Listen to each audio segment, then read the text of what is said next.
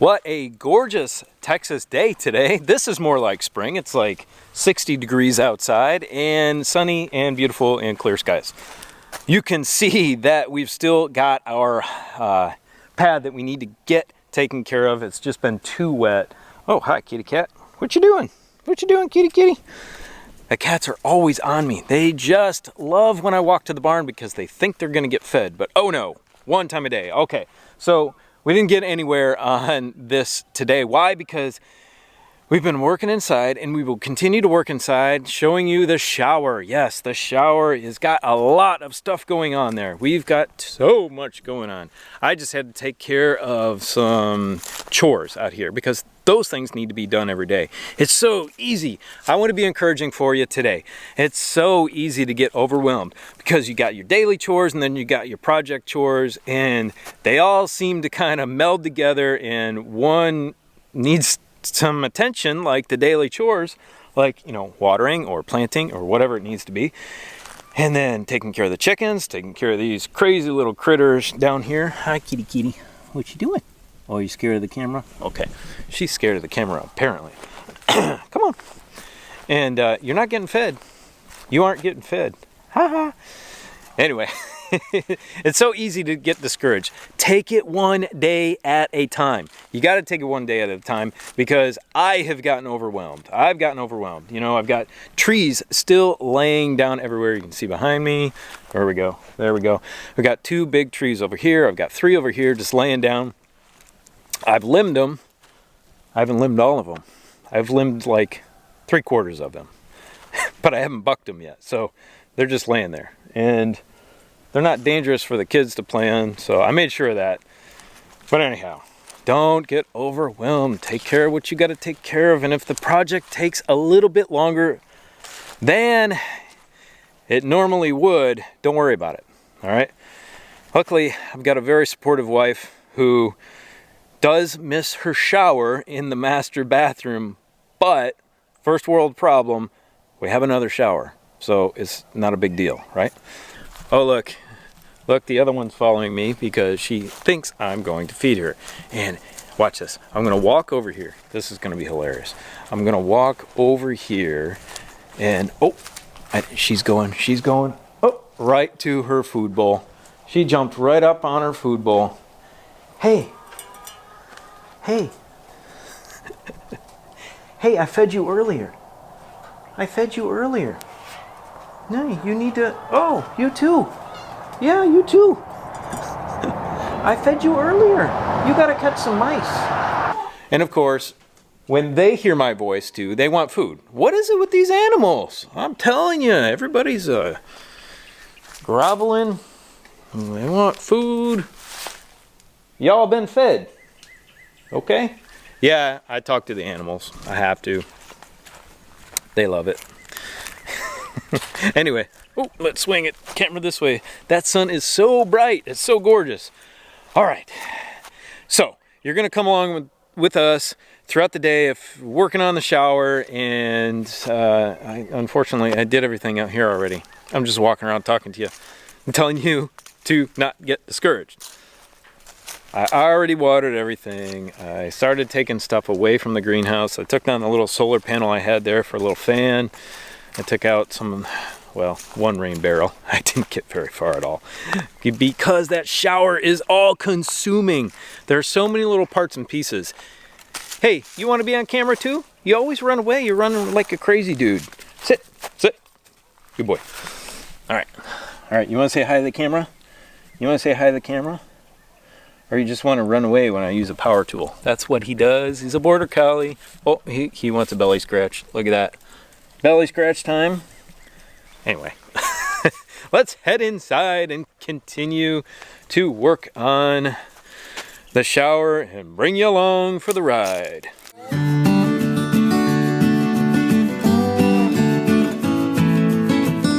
Hey y'all, still working on the shower project, and it's time to take out these copper pipes. Well, to take out the old valve and the everything above. I am not well versed in soldering copper, and I'm going to leave that for another time to learn. Right now, I'm going to use shark bites, and what I'm going to do is shark bite this This is a shutoff valve that my house doesn't have at all. I'm going to put a shutoff valve here, cut the pipe off, put a shutoff valve, and then put PEX from there upwards for the shower. I'm going to cut a hole in the wall, and that'll give me the ability to shut the shower off if anything goes wrong in the future. Every other house I've lived in has had shutoff valves for every shower, but not this one. I don't know why. It's kind of strange, but I'm putting them in. So it's taken me an hour to drain the lines of the house. I don't know why. It's very odd. And I hear the outside faucet still running, still draining the lines. It's a single-story house. And I could not get these. It was just dripping out of everything for the past hour. It's out of control. As soon as I opened that outside valve, though, it shut off all the faucets in the house, the drips from all the faucets in the house. So hopefully when I open this up right now, and I'll take you along for that journey, I'm not going to get water everywhere on my new floor. I hope I don't get drenched from above here. Let's turn these valves.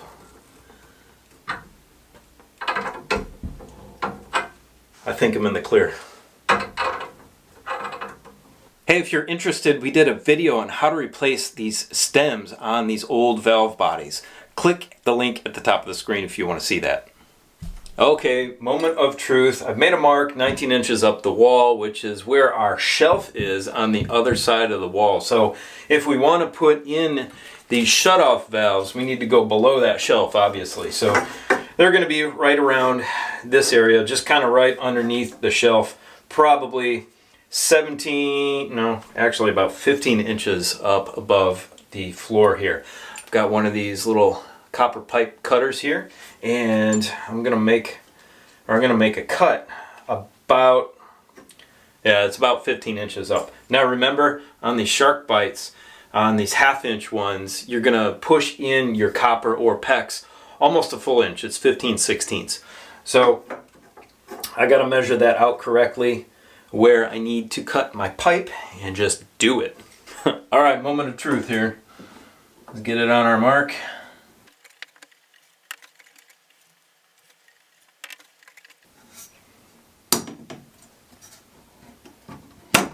There it is. Oh, it's getting wet. So I'm going to clean up the pipe before I put on the valve. And to do that, I'm just going to use some sandpaper. You can use a special tool that does it as well, but this is what we have, is the sandpaper, and it'll work just fine. Just go around the circumference of the pipe in this direction, in a circular direction, instead of up and down, because that will create a little bit of abrasion around it, which anything will grip onto, and you always want to do that with whether you're soldering on or putting a shark bite on. So we're going to go in this direction.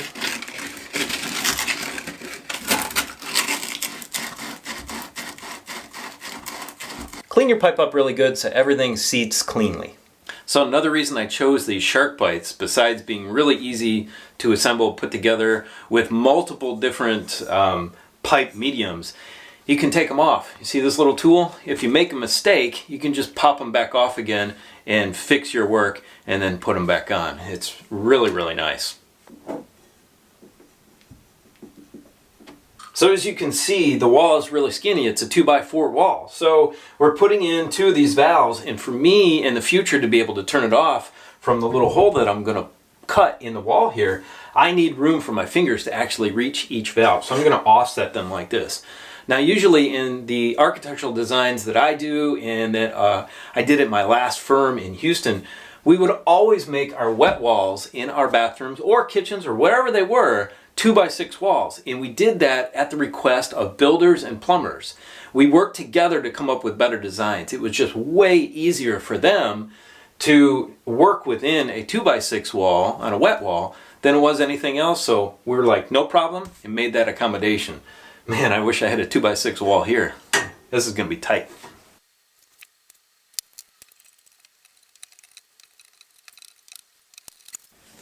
She's out.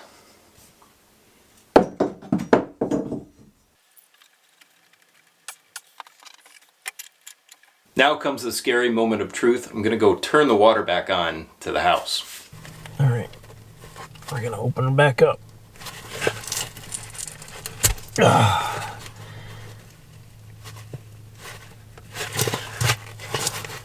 right, let's go check in the house, see what happened. Okay, we're back in the bathroom. The water is on. Oh, prayers answered. I'm so blessed and happy that that worked out. I've got no leaks and everything's good to go. Now we can put our PEX in, we can put our new valve in, we can put the shower head, the shower faucet in, and what we can do is also put our drain in today, and what we're going to do also is red guard the floor. Now I'm going to use red guard as a protective barrier in this whole area. It's not necessary, but I just want to have it just in case I make a mistake on putting in the pan and putting in the drain body on the pan.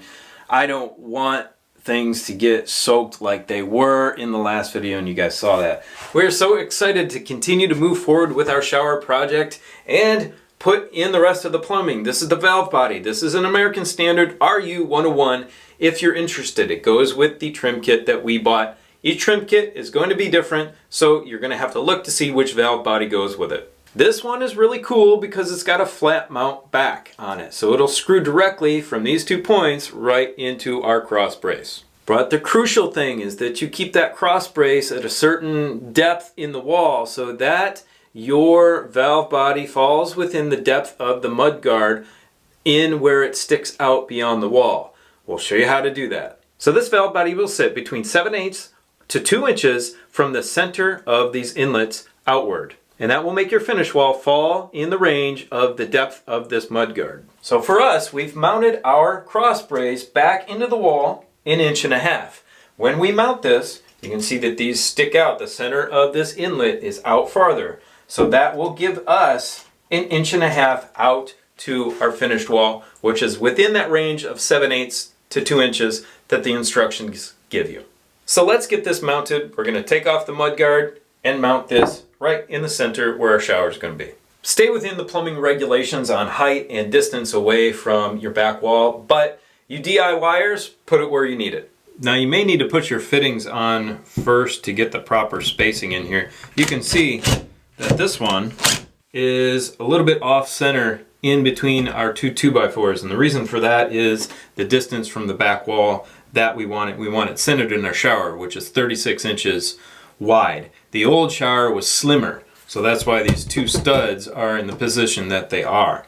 So this valve body is going to be over a little bit. We've still got room for it in here, which is nice.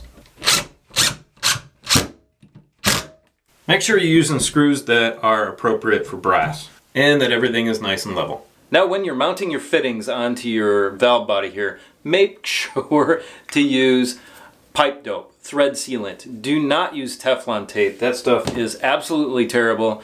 You don't want any chance of this leaking over time. So of course we want our elbow that we're mounting for our shower head on our cross brace up there to be centered directly on our valve body. So I brought this cross bracing down, it's not screwed in yet, and I've marked exactly where that center of our pipe is that'll take the water up to our shower head. From there, I'll just take this cross brace up, mount it in the proper position, and then put on our elbow, or mount our elbow, so that we can get our shower head screwed in the right spot. So of course, adhere to local plumbing code on the height that you mounted up the wall.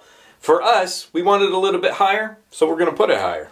And the depth you set it in the wall doesn't matter that much. But the further out toward the edge that you have it, the farther out your rain shower head or your shower head, whichever style it is going to stick out. So mount it where you think it needs to be mounted.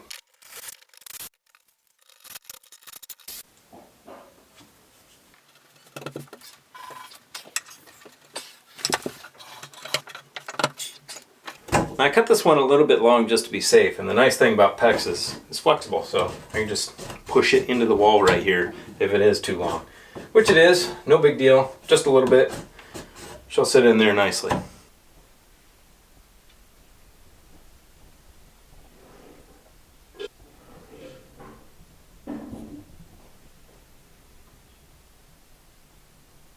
Look at the bottom of the valve body right here.